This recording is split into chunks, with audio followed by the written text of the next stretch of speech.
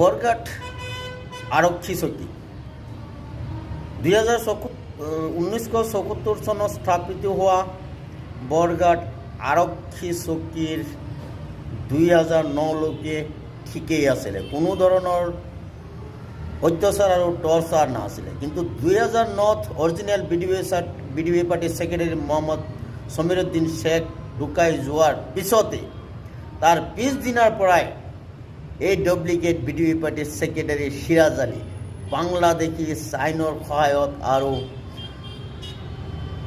তাৰ ভাই ভাতিজা 1-1.5 মানৰ চাইনৰ ডুপ্লিকেট চাইনৰ সহায়ত বিডিবি পাৰ্টিৰ ছেক্ৰেটাৰী মোৰ দেউতাৰ হাতৰ পৰা লুটি লৈ গৈ কি ধৰণৰ দবং অত্যাচাৰ আৰু টৰ্চাৰ চলোৱা হৈছে বৰঘাটত।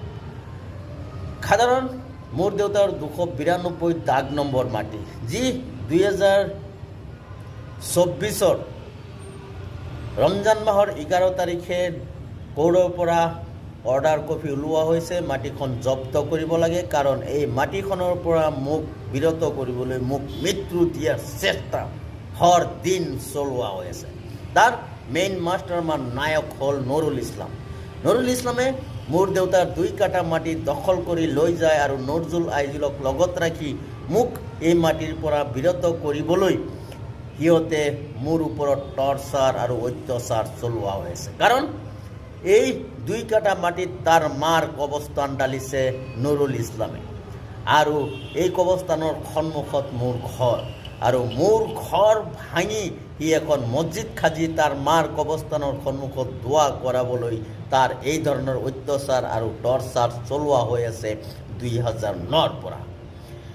2009ৰ পৰা 2023 চনলৈকে মোক এনেকুৱা দিন এটা বাদ যোৱা নাই যে আজি মোৰ লগত টৰ্চাৰ আৰু অত্যাচাৰ কৰা হোৱা নাই, আৰু মোক মৃত্যুৰ সদায় জাল পাতি দিয়া হয়, আৰু সেই জাল ফালি ফুলি মই মোৰ মৃত্যুক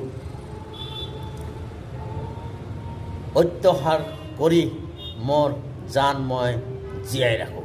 কিন্তু 2024 20 তাৰিখে মোৰ এই মাৰ্ডাৰ কেছৰ ফাইল যেতিয়া মোৰ উকিল আছিলে তামুলী ছাৰক সিহঁতে 5 লাখ টকা দি কিনি মোৰ ওপৰত অত্যাচাৰ কৰাবলৈ ধৰিছে আৰু মোক মৃত্যু দিবলৈ চেষ্টা কৰা হৈ আছে। কি ধৰণে চেষ্টা কৰা হৈ আছে ফেচবুকত আপলোড কৰা হৈ আছিলে, আৰু সেই মোবাইল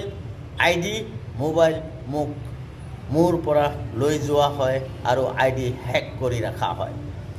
এই ধৰণৰ টৰ্চাৰ আৰু অত্যাচাৰ বৰঘাট